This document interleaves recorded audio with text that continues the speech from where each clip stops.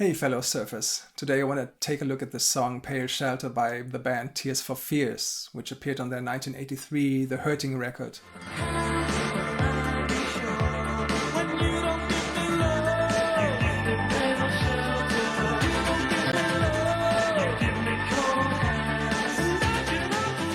The band was very much into psychological matters at that point and the idea of healing and dealing with your childhood traumas.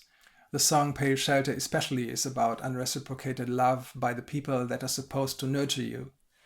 So the cliche way of setting that to chords would be to write a sad theme in a minor tonality, which they did. But they managed to hide and conceal it in that way that it leaves you empowered by using mostly major chords and chord extensions and inversions. Let's take a look at all the deception and hiding and see how everything resolves around an A minor chord that hardly ever is stated. Let's head over to the screen for that. Let's see what we've got here. I play you the first verse.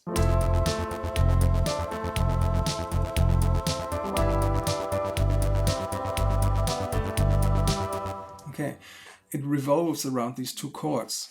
It's an F major chord. Right, we've got the E on top. F, A, C, E. And already here we've got the A minor upper structure, A, C, E. Right? But we've got an F in the bass. So the sixth scale degree of the A natural minor scale, leading to the seventh scale degree, the G, with an added sixth on top. That note stays there. Right? It switches from, and I guess supposedly you could see this G6 chord also as E minor 7 chord, right, with the E on top, but sounds much fancier that way. It lifts and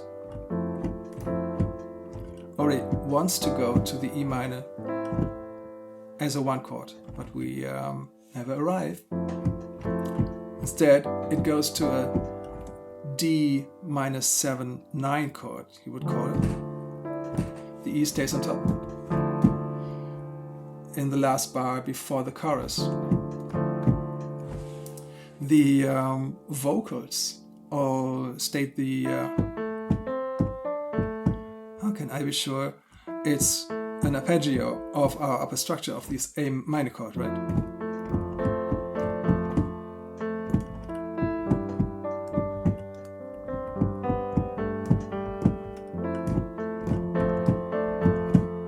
The same happens on this last chord before the chorus, the D minor 7, 9. Now it gets really minor, right? It's like, wow, this is sad. How can I be sure? Heading to the chorus.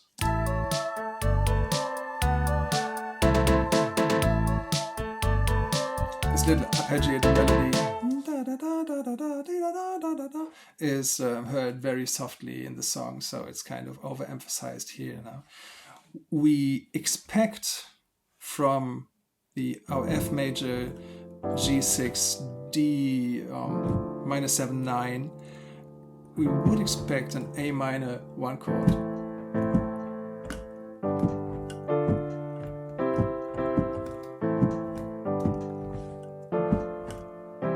Right? But what we're getting is the parallel major chord. It's the A major instead of the A minor now. D, C. We get much more of an accent and much more power because of that major chord. The whole chorus consists of major chords. It's an A major, G major, D major, C major, right?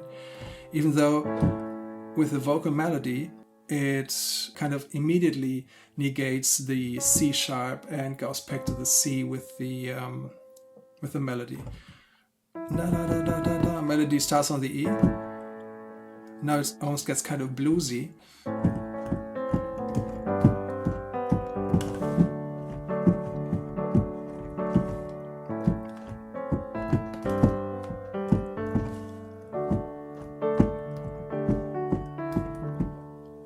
So we've got that kind of a blue note implication there.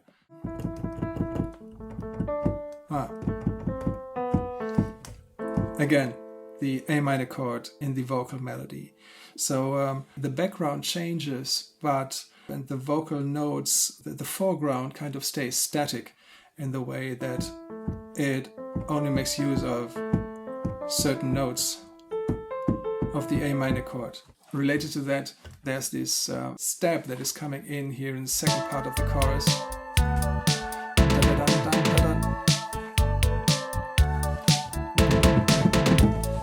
So we've got the A minor second inversion, going right back to the A major chord, from the C to the C sharp. This is the most obvious statement of the A minor chord in the chorus. The bridge that leads us out of the chorus into the next verse is minor chords now.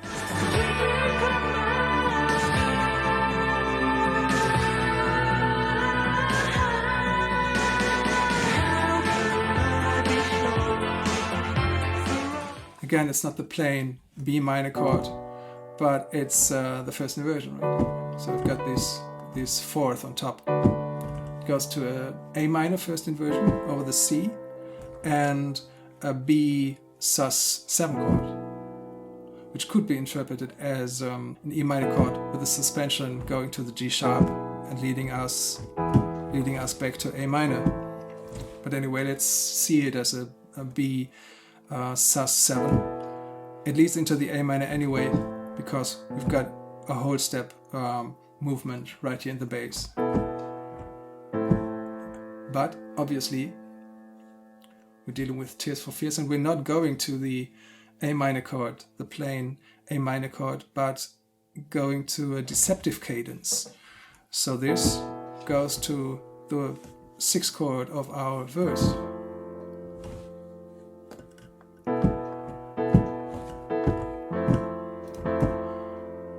It's kind of heavy in pop terms because we've got this tritone movement in the bass, and it's dramatic because of that too.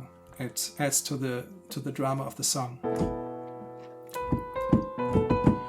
Here we've got the highest vocal note, it goes up to the C, and again dealing with notes of the A minor chord, the E, the A, and the C.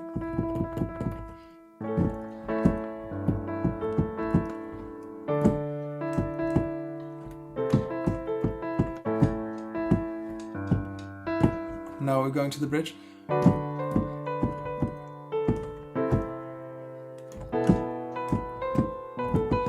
With this kind of Baroque trill up here. Does he actually sing it? Or is it me who wants to play it? Let's listen to it.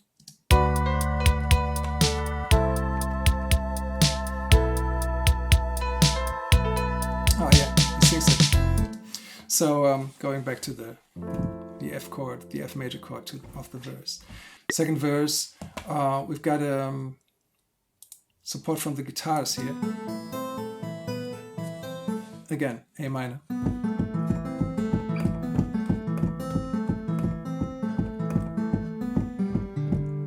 Next part is the outro. Here the chords change a little bit. We start with our F major 7 chord again. Now we're going to a D minor 7/9 chord, and C chord, G chord. You don't give me love. Da, da, da, da, da. The most sentimental part of the song, I find. Taking back the theme of the 16th steps here. Da da dun dun da dun da dun dun da dun da dun dun da dun. This time the percussions take over the stab here that we heard with this A minor chord before, as a reminder of that motif.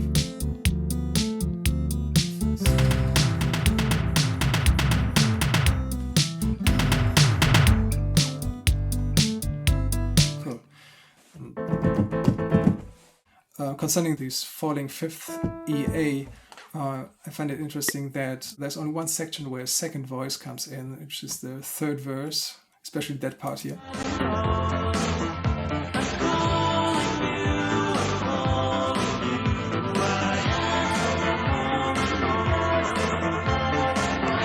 Right here. On a more esoteric note, and if you want to hear more esoteric notes, you should check out my video on Depeche Mode's Just Can't Get Enough. These fifth here and fourth kind of transport you back in time, like to medieval age, or I don't know, you can imagine the pharaohs or something. I don't know, it could imply that this need for love and nurturing always was ingrained in the human genes, right? And kind of opens up the time capsule here and transports the theme to a broader perspective. This was it, a very broad palette of harmonies and inversions to conceal this A minor tonality and the graveness of the theme. I find it a masterpiece in production and takes you through the journey with little motifs that remind you of things that you heard before. And great song. So hope to see you around and see you next time. Bye-bye.